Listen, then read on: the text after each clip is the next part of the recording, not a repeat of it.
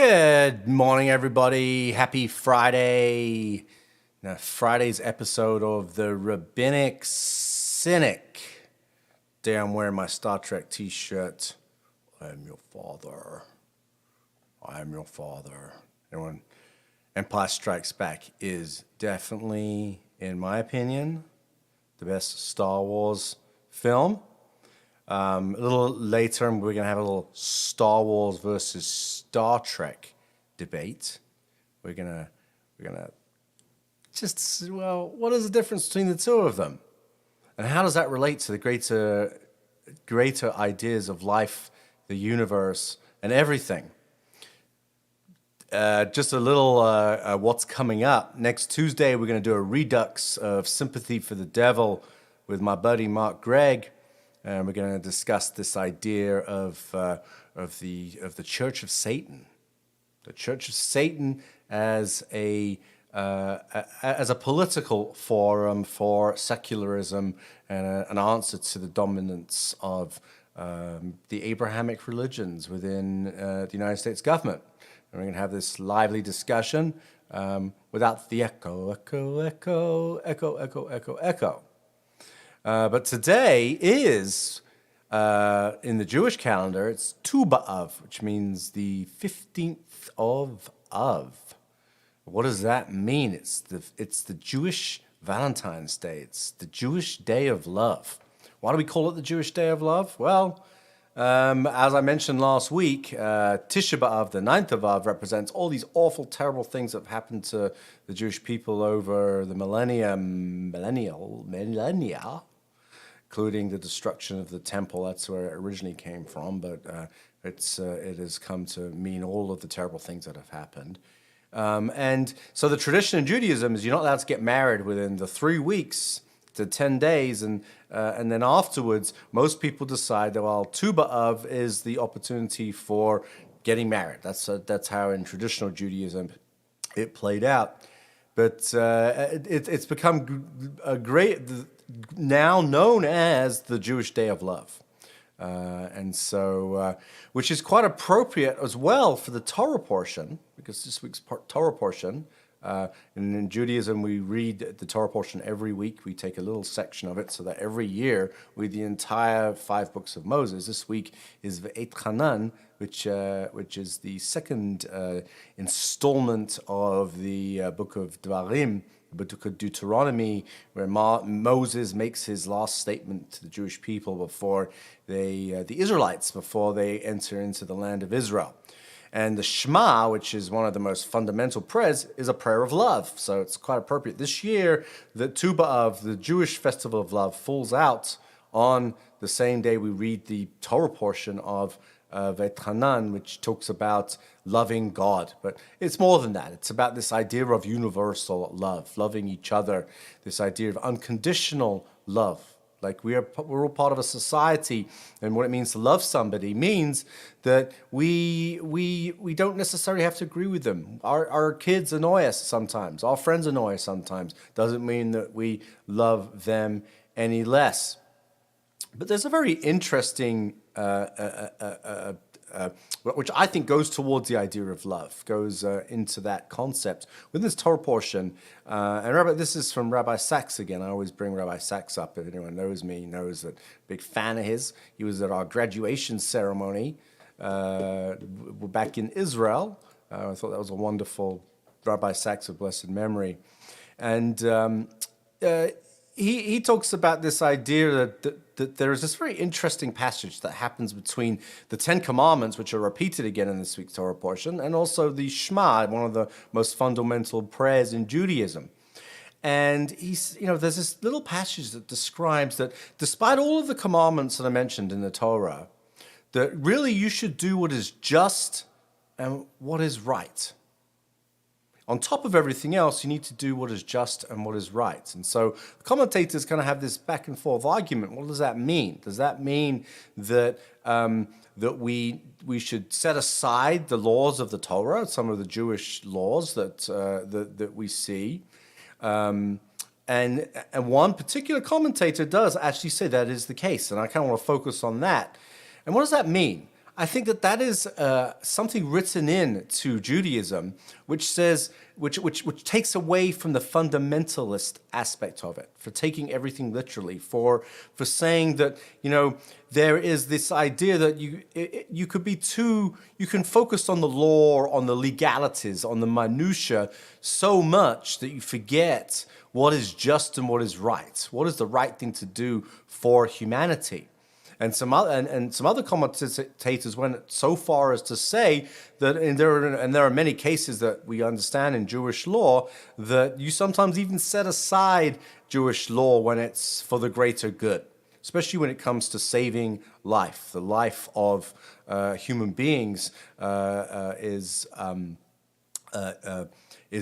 overrides all of the commandments in the Torah, really, except for 3, but that's another story. But it really does saving life, preserving life, overrides all of the other commandments in the Torah. And that's where we come into this debate about Roe versus Wade, and what we talked about this last Tuesday, when Mark and I will probably talk about this again. But, you know, in Judaism, we don't see life as beginning at conception. We see the potential for life at conception, but life itself doesn't begin until a baby's taken its first breath. We take our first breaths, which happens after birth. And so the life of the mother is of paramount importance in all cases. There are no exceptions to that when the life of the mother is at stake. Unfortunately, sometimes difficult decisions have to be made, and that is a decision that is made by the doctors. This is an example of doing what is just and what is right. And so I've always felt, and we talked about this a little bit, that when the government, when politics gets involved in religion, gets involved in religious ideals, and when it's just focused on one particular religion, my personal religious beliefs are being trampled upon. That there is no separation of church and state. If you want to say that the life of the mother is not as important, is not of primary concern, when in my religious beliefs it is. So this is an example where I say that the Supreme Court has decided that my rights as a Jew, my rights as the rights of Jewish women are not being adhered to because of this. So those are just my thoughts on that particular topic. But doing what is just and what is right means that you've got to take away the dogma. You've got to leave the dogma out of it. And you've got to look and see you've got to take the laws, you've got to take the metaphors that we see in the Torah, we see in our religious teachings, and see them for what they are, which is a guide for living a just and right life. We need to go above and beyond to create justice in the world. And so we see that is true love, giving of ourself unconditionally. That is love on this festival, this Jewish festival of love. So that's my little Jewish discussion. Hope you enjoyed that. If you've got any kind of comments, feel free to hit, and don't forget to hit like and subscribe on this on my podcast. And if you want to go to my YouTube channel, which I always post afterwards, you can click the YouTube. You go to my YouTube channel and you hit subscribe. You have to have a YouTube, sign into your Google account, and you'll get your own YouTube channel, and so you can help support this channel. And the more subscribers I get, the more views, and helps support what I'm doing here.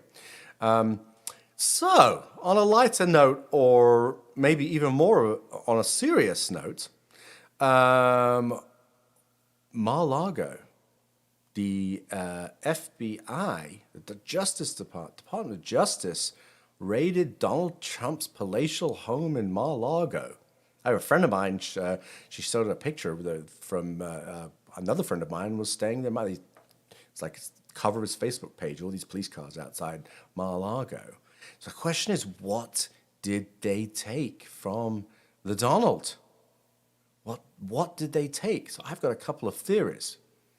The first theory is, I believe Donald Trump has taken evidence that there is alien life that the government has been hiding for all these years. I also believe that when the Donald in his last days of office was also may have taken Jack Kennedy's personal porn collection.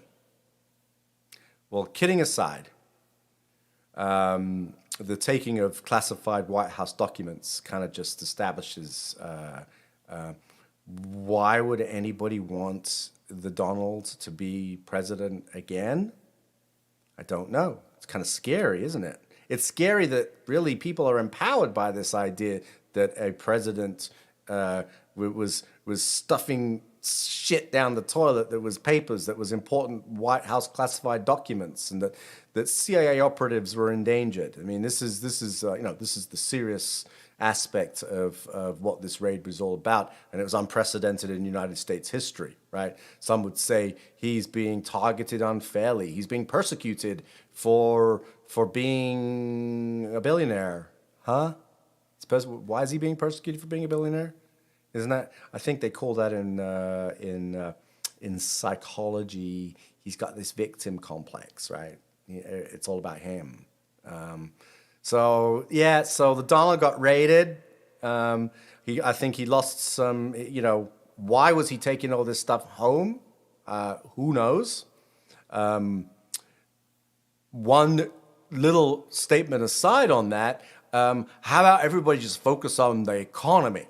How about everybody just focus on getting rid of all the problems of the world while we're still talking about Donald Trump? But I'm talking about Donald Trump. It is kind of entertaining and terrifying all at the same time. Darth Vader, I am your father. Bringing me to sci-fi. I'm the hugest sci-fi fan ever. I also love science and astronomy. And so I'm going to share with you a picture I took yesterday. Was the last supermoon of 2022. Now, supermoon does not mean Superman is mooning the world. Supermoon just means it's a moon that is illuminated by a sun. It appears really large because of its position in orbit and everything else. And so you astronomers out there, you can always chime in on how you believe. So I'm going to share my screen for a second. I'll show you this picture I took with my Canon R5 camera. So for you photography geeks out there, it's an 800 millimeter picture. Pretty cool. So I think it's cool. Anyway, so I want to show you the supermoon. And you can see all the thingies on it. Here it comes. Bringing it right now to you, straight from Palm Desert. This was the supermoon as seen from outside my house in Palm Desert. Look at those beautiful, look at that, isn't that beautiful? You can see where the meteorites have struck. You can even see the little ridges slightly around the moon there. That's the supermoon. Which, so that kind of brings me to, so you can take a look at that for a little bit. Oh, isn't it lovely? It's the moon. But the moon actually hid an asteroid shower, which is unfortunate. But and also Saturn, the rings of Saturn. I mean, there's so many astronomical things that are happening. Which brings me to the real deep question that we have that I've been grappling with for the last since I was 6 years old. Since I was 6 years old, I've been grappling with this question: Star Wars versus Star Trek. Which one? Are you a Star Wars or are you Star Trek? Well, I am both. I don't love one more than the other. I love them both equally. When I was a child, I had secretly hoped that the Princess Leia, I thought I was Luke Skywalker, and Princess Leia would come down and rescue me. This was when I first saw the first one, and Princess Leia and I would fall in love. And then I saw The Empire Strikes Back, and then Return of the Jedi, and it just became really, really creepy because Luke Skywalker and Princess Leia are actually twins. So thank you, George Lucas, for putting that into Gen X's head. We will forever be absolutely emotionally disturbed from that. That said, what is the difference between Star Trek and Star Wars? And I think that they are equally beautiful. It's like the difference between science and religion, right? Star Wars being this almost religious themed science fiction stories, right? Because you have the Force, You have these. If you take it, if you reach out with your feelings, you can make. I can even make things in my room move when I reach out with my feelings. And that isn't necessarily because I smoked too much. Usually it is, yes. Smoked too much, as we call it, Manischewitz. But the Force does represent these kind of spiritual, universalistic spiritual ideas, and less about the science, right? The technology side of it isn't necessarily explained to, in such a deep way. It's a real romantic idea of a hero's journey, right? Luke Skywalker's that hero, and see the later in Anakin attempting to be that hero didn't work out so well. I am your father. I am your father. Could Princess Leia have not necessarily been also his daughter? I know that would have. Yeah. I'm going back to Gen X. Why, George Lucas? Why? Why did you disturb us in such a way? It's okay. We always have Han Solo. So Star Trek is that idealized. Star Wars is the ideals romantic version, whereas Star Trek I can binge watch far more than I can binge watch Star Wars. Why? Because Star Trek is a commentary of society. It's a commentary of an ideal society. And if you go back to the original Star Trek, right, where it was it was real campy, but it was really that first show that really kind of inspired the imagination, brought science in. Imagine what can be possible. Imagine what humanity can do. And then we get to Next Generation, which is all that fluffy 80s type of ideal universe. But still, it's awesome. It's just awesome. It just gives you, it makes you think about it. Tachyons. And, you learn to know, what is an AU? Astronomical unit. If you go to Comic-Con, I remember one year I went to Comic-Con, and they had a NASA panel, and all these NASA scientists were inspired by Star Trek more than anything else. They explained the science behind Star Trek. The one thing that was very, very disappointing was that they admitted that the idea of a transporter was highly unlikely. Breaking your matter down and taking it to someone else, beaming up Scotty may not really happen, but maybe they're wrong. Maybe they don't know. Maybe that's where my remote control went. So I think Star Trek it's like the difference between science and religion, right? Star Wars versus Star Trek. Science, Star Trek explains the how of everything, and Star Wars explains the why, explains the meaning behind it. And at the same time, they're both really, really entertaining. Now again, as I've been saying, I've been binge watching Discovery, and I thought that was very interesting, this idea of moving to the future and how the past influences the future, and the idea of time travel. Don't see time travel in Star Wars, right? Time travel is just so fascinating as well, and just the very science behind it. And again, going back to this, these NASA scientists were so inspired. Many of them were inspired by watching Star Trek to become NASA scientists. There were a lot of astronauts inspired by Star Trek, right? So what came first, the Star Trek or the egg? Star Trek or Star travel? Maybe there one day will be a Starfleet, and they will model it on Star Trek. And or maybe someone from the real Star Trek universe actually time traveled back and gave the Gene Roddenberry the story, and that's my personal theory, is that they broke the temporal cords, they went back, and that's what happened. So I'm just going to stop on that Star Wars versus Star Trek argument. We can get further into the nitty gritty on that at some point, and I'm going to wish you a very happy Tu B'Av, happy Jewish Love Day. And also, if you observe this Jewish Sabbath, Shabbat Shalom, wish you a happy, peaceful Shabbat. Don't forget to hit like and subscribe. I'm going to repost this onto Facebook, and you can visit the YouTube link on my Facebook page. And so everybody, live long and prosper, and may the Force be with you. Shabbat Shalom.